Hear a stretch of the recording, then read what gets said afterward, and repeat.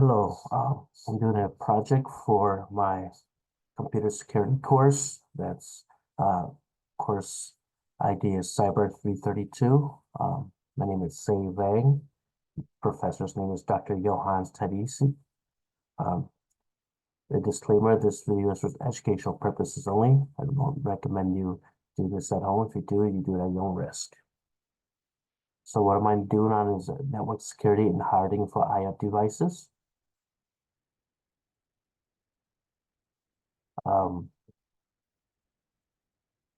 Basically, the more IF devices or USB devices, just devices in general that you add onto your network or your computer or your system, increases the attack surface of your total network or your computer or system.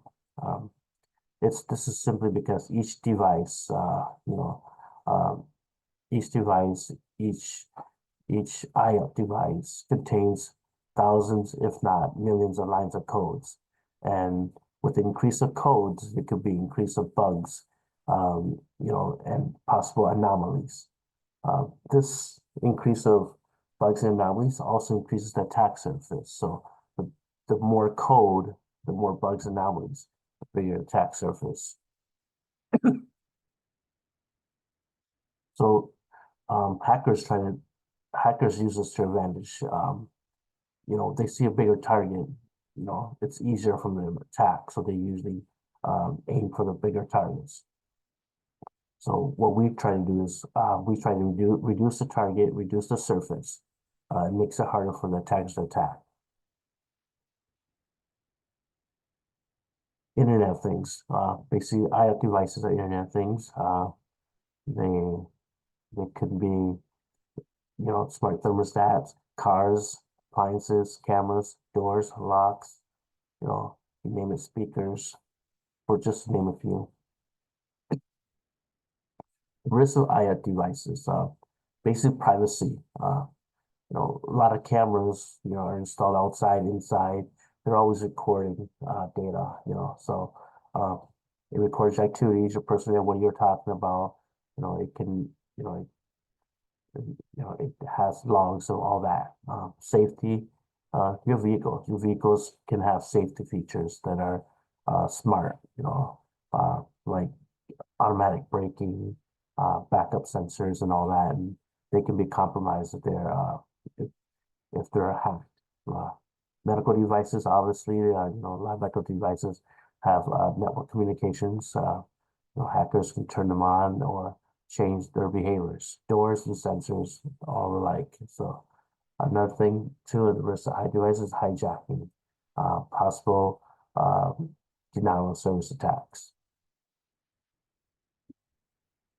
IoT device attacks, basically denial of service attack, man in the middle, you know, stealing data, you know, uh, your privacy. So IoT security, what can we do? There are there are five security measures uh, that or mitigations that you can um, take to lessen the target area or the attack surface. Basically, you because we could use secure device credentials. A lot of IoT devices, especially your routers, have IoT devices credentials that you can change to add passwords to. Simply like your cameras got passwords and got credentials and all that. So yes, so secure your passwords. So change your password, make it really long. The longer, the better the password, the stronger the password. Also, another thing too is actually, yeah, network configuration. That's a measure that you can use. Also limiting USB access and keeping things up to date. Also adopting, the least privilege principle. Securing your IoT devices and credentials. Spoke that already. Like change the default passwords. Oh yeah, a lot of A lot of devices have default passwords that you can just use, like manufacturers set for you. Um, one important item is your router. Your router comes with the default password and username, and a lot of those default passwords are the same. If it's in the same family, like Linksys or Netgear, they all have default passwords that are the same. So if you don't change it, uh, people who are trying to people are close to your house, they can access your your router information. They can go in and change stuff. Also, the longer the password, the more complex it is, and the harder for brute force attacks to crack it. Don't you use your passwords? Obviously, don't use your passwords because if one password gets compromised, they have access to everything. Also, the most important thing is should be using a password locker, a password vault that has multi-factor authentication. There are some free ones, and there are majority of pay ones. Ones that you can use is well, I use Google Password Manager, and I also have Norton as my antivirus, and that also has a password manager. Network configuration. So how you set up your network also is very important. Most Wi-Fi routers have 2 to 3 channels. If you have 2 channels, then you have 2 to 3 channels, that you need to designate one channel to IoT devices. Um, what this does is it separates IoT devices from the user workstations or just users in general. It makes it there's a firewall between channels that will protect the users. If one IoT devices gets compromised, then it's harder for them to access the user workstations because of the firewall. You can also make that channel uh, undiscoverable so that people don't know what kind of devices you have on there, like camera devices and and smart speakers and all that, sensors. So you don't know it's on there if they can't find the network.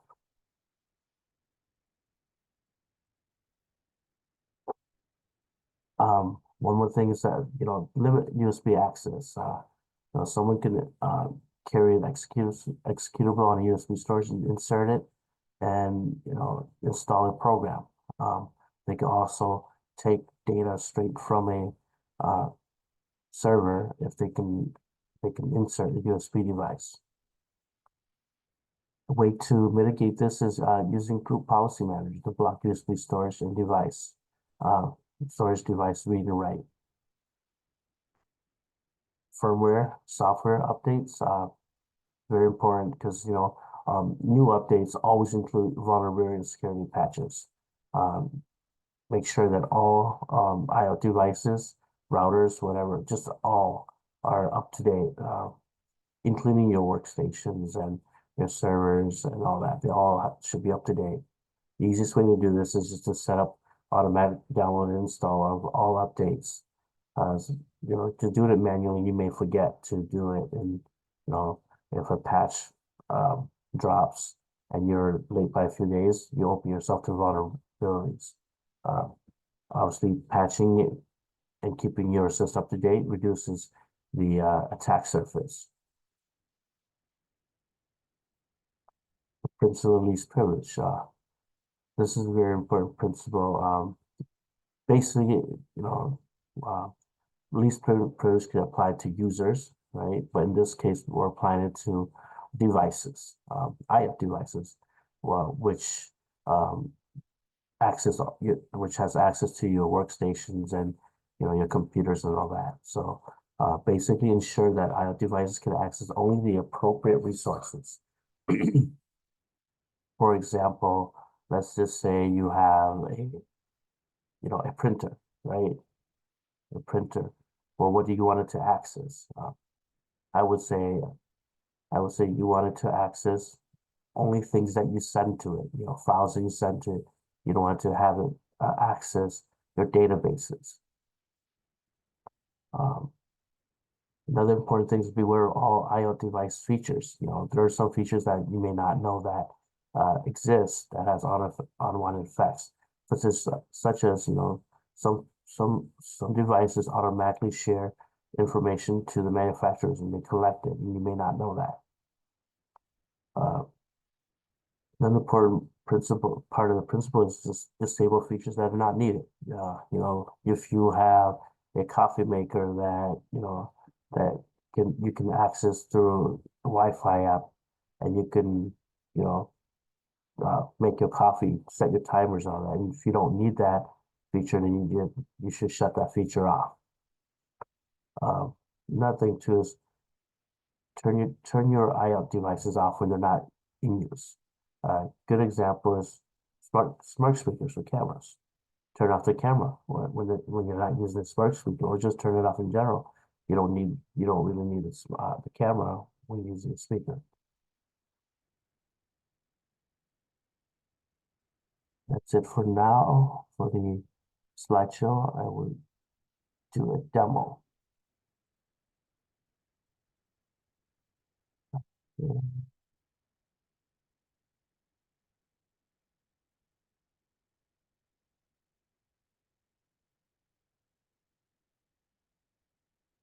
So for this demo, be a short demo.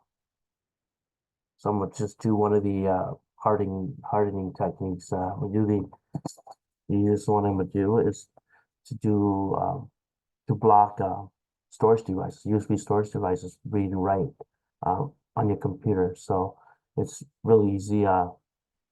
If you have Windows 10 or Windows 11 Pro, you can just go into um, your your PowerShell command prompt. You can just type in gp edit dot MSC, which that stands for group policy edit, and it should open it up. And so in the group policy edit, I like to make this a little bigger. Let's see it.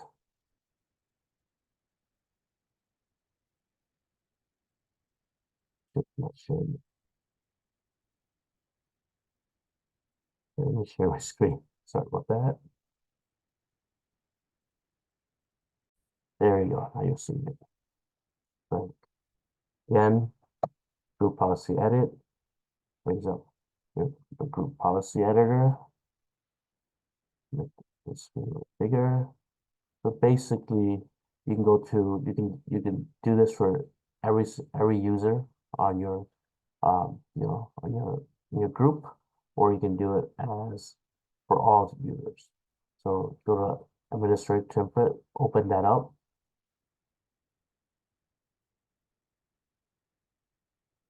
The Windows component, open that up and go all the way down to remove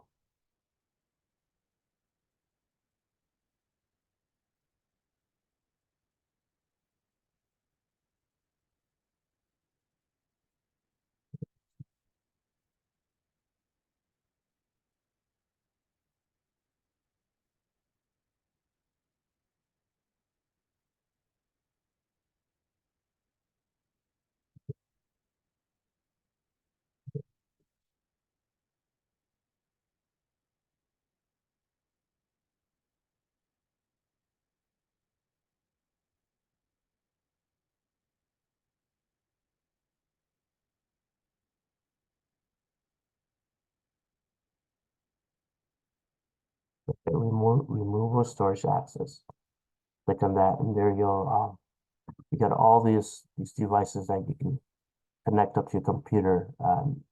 You can you can allow or deny access. So here we need these two right here that we're gonna do. So this one is this policy denies execute access to removal to this. If you enable this policy, execute access is denied to this removal storage. This is the same thing too. So you can click here to edit policy, and then here you can just enable it,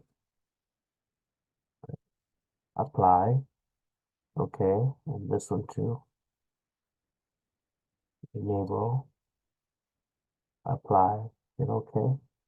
There you go. So you got to remove this, deny execute access enable, remove this, deny read access enable.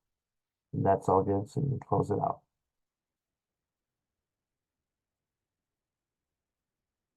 And that's it for the presentation. Thank you very much for watching.